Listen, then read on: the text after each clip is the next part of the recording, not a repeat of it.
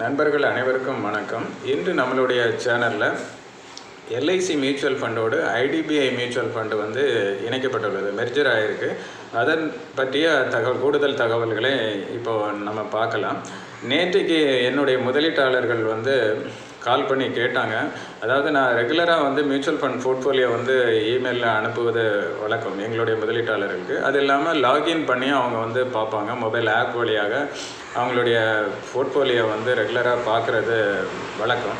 அந்த வகையில் நேற்று ஒரு சில முதலீட்டாளர்கள் அவங்களுடைய போர்ட்ஃபோலியோ பார்க்கும்போது LIC மியூச்சுவல் ஃபண்ட் ஸ்கீம்ஸ்லாம் வந்து அவங்க போர்ட்ஃபோலியோவில் ரிஃப்ளெக்ட் ஆகிருந்தது. இதனால் வந்து முதலீட்டாளர் கேட்டாங்க, என்ன அப்படின்னா, நான் வந்து LIC மியூச்சுவல் ஃபண்டில் முதலீடே செய்யவில்லையே, எப்படி இது என்னோடய போர்ட்ஃபோலியோவில் வந்தது, இதனால் வந்து நான் எப்படி இது இந்த போர்ட்ஃபோலியோவில் ஏதாவது தவறு நடந்திருக்கிறதா அப்படின்னு கேட்டாங்க. இது போன்ற இன்னொரு முதலீட்டாளரை பார்க்கும்போது எங்களுடைய ஆப்பில் வந்து அது நேற்று தான் வந்து இணைப்பு ஏற்பட்டது. அந்த இணைப்புக்கு அப்புறம் வந்து அந்த போர்ட்ஃபோலியோ வந்து ரெண்டுமே இருந்தது. அதாவது LIC மியூச்சுவல் ஃபண்ட்ஸ் மெர்ஜர் ஆனப்புறம் LIC ஸ்கீமாகவும் ரிஃப்ளெக்ட் ஆச்சு, IDBI மியூச்சுவல் ஃபண்டு ஸ்கீமாகவும் ரிஃப்ளெக்ட் ஆச்சு. உதாரணத்துக்கு 5 லட்சம் ரூபாய் IDBI ஸ்கீமில் அவங்களுக்கு இன்வெஸ்ட் பண்ணியிருந்தாங்க அப்படின்னா, அது LIC ஸ்கீம்லேயும் வந்து ஒரு 5 லட்ச ரூபா, அதாவது கூடுதலாக ஒரு 5 லட்ச ரூபா அவங்களுடைய போர்ட்ஃபோலியோவில் உயர்த்தி காமிச்சிருந்தாங்க. இதன் காரணமாக ஒரு முதலீட்டாளர்கள் வந்து ஒரு பதற்றப்பட்டு இது எதனால் இந்த மாதிரி இருக்குது அப்படின்னு கேட்டாங்க. இந்த மாதிரி ஒரு சில கால் வந்து எனக்கு வந்தது. இதே மாதிரி நான் யோசித்த போது இது மாதிரி நிறைய முதலீட்டாளர்களுக்கு இந்த தகவல் தெரியாமல் இருக்கும் அப்படின்னு நினச்சேன்.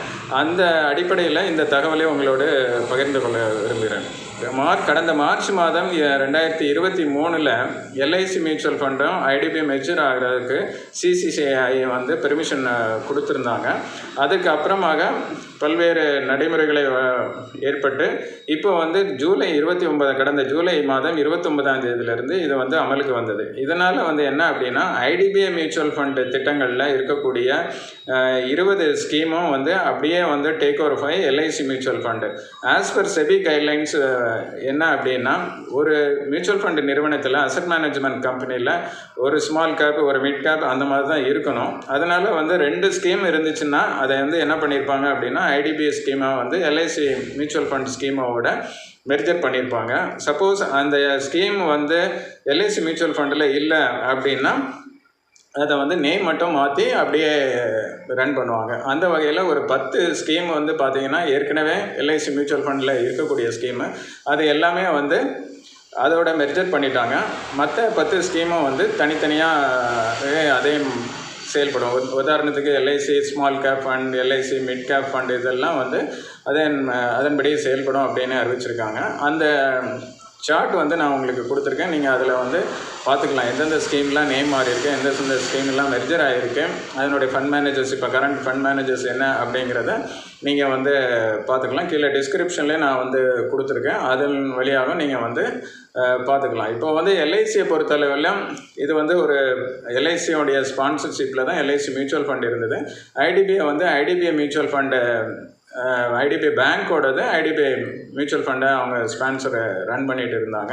இப்போ கடந்த 2019 வந்து LIC வந்து IDBI பேங்கை டேக் ஓவர் பண்ணதுனால இப்போது 2 mutual fund asset management company வேண்டாம் அப்படிங்கிறது ஆஸ் பர் செபி கைட்லைன்ஸ் ஒன்றா மெர்ஜர் பண்ணியிருக்காங்க. LICயை பொறுத்தளவில் 1989 இருக்கிறாங்க மியூச்சுவல் ஃபண்டு இது. அதாவது UTI US 64 ஆரம்பித்த பிறகு பொதுத்துறை நிறுவனங்கள்லாம் வந்து ஸ்பான்சர் பண்ணி மியூச்சுவல் ஃபண்டு நிறுவனங்களை ஆரம்பித்தாங்க. அந்த காலகட்டத்திலேருந்து LIC மியூச்சுவல் ஃபண்டு இருக்குது.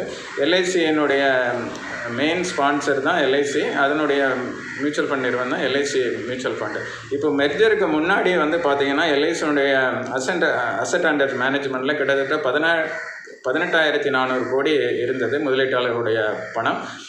IDBI மியூச்சுவல் ஃபண்டில் 3,200 கோடி இருந்தது. இப்போ 2 மெர்ஜர் ஆனதுனால இது ஒரு மிகப்பெரிய ஒரு நிறுவனமாக நமக்கு உருவாகிறது என்பதை நாம் பார்க்கலாம். கிட்டத்தட்ட 22,000 கோடி அசட் அண்டர் மேனேஜ்மெண்ட்டில் இருக்குது. முதலீட்டாளர்களை பொறுத்தளவில் நாம் வந்து தொடர்ந்து LIC மியூச்சுவல் ஃபண்ட்ஸ் IDBIயில் வந்து இன்வெஸ்ட் பண்ண மியூச்சுவல் ஃபண்டு முதலீட்டாளர்கள் LIC மியூச்சுவல் ஃபண்டில் கண்டினியூ பண்ணணும் அப்படின்னா நம்ம வந்து ஆஸ் இட் இஸ் அப்படியே பண்ணலாம். அதுக்கு உண்டான நம்ம எதுவுமே தேவையில்லை. அதை வந்து வேறு ஸ்கீமுக்கோ வேறு மியூச்சுவல் ஃபண்ட் நிறுவனத்துக்கோ மாற்ற விருப்பப்பட்டவர்கள் எனி டைம் பண்ணிக்கலாம். ஏன்னா இது வந்து ஓப்பன் ஹேண்டட் ஃபண்ட் எல்லாமே ஓப்பன் ஹேண்டட் ஃபண்டாகவே தான் இருக்கும். அந்த ஃபண்டமெண்டல் சேஞ்சஸ் எதுவும் இருக்காது. அது முதலீட்டாளர்கள் எப்படி விருப்பப்படுறாங்களோ அதன்படி செயல்படலாம். இதுதான் வந்து இன்றைக்கி உள்ள தகவல். நீங்கள் இது போன்று வேறு ஏதாவது தகவல்கள் சந்தேகங்கள் உங்களுக்கு தேவையானால் எங்களை தொடர்பு கொள்ளலாம். மியூச்சுவல் ஃபண்ட் சம்பந்தமாக நீங்கள் ஏற்கனவே ஐடிபிஐ மியூச்சுவல் ஃபண்டில் முதலீடு செஞ்சுருந்தாலும், எல்ஐசி மியூச்சுவல் ஃபண்டில் முதலீடு செஞ்சுருந்தாலும், இல்லை மற்ற மியூச்சுவல் ஃபண்ட் திட்டங்களில் முதலீடு பண்ணியிருந்தாலும், உங்களுக்கு ஏதாவது சர்வீஸ் இஷ்யூ இருந்தாலும் சரி, இல்லை உங்களுக்கு நீங்கள் ஃபர்தராக முதலீடு பண்ணணும் அப்படின்னாலும் எங்களை தொடர்பு கொள்ளலாம். அதுக்குண்டான வாட்ஸ்அப் நம்பர் நான் வந்து கீழே கொடுத்துருக்கேன். புதிதாக முதலீடு செய்வதற்கும் எங்களை தொடர்பு கொள்ளலாம். நீங்கள் வந்து டைரெக்டாக முதலீடு பண்ணணும் அப்படின்னு விருப்பப்பட்டீங்கன்னா எங்களுக்கு இதில் வந்து லிங்க்கில் வந்து கொடுத்துருக்கேன், டிஸ்கிரிப்ஷனில் லிங்க் கொடுத்துருக்கேன். அது மூலமாகவும் நீங்கள் வந்து முதலீடு பண்ணலாம். மீண்டும் உங்களை மற்றும் ஒரு தகவலோடு சந்திப்பதில் மிக்க மகிழ்ச்சி அடைகிறேன். நன்றி, வணக்கம்.